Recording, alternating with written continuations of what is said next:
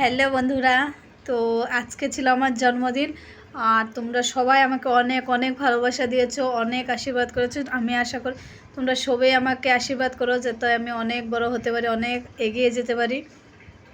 আর তোমাদের আশীর্বাদ থাকলে সব কিছুই আমি সম্ভব করতে পারবো। তো আজকে সবাই আমাকে এত এত এত ভালোবাসা দিয়েছো, মানে কি বলবো, সত্যি।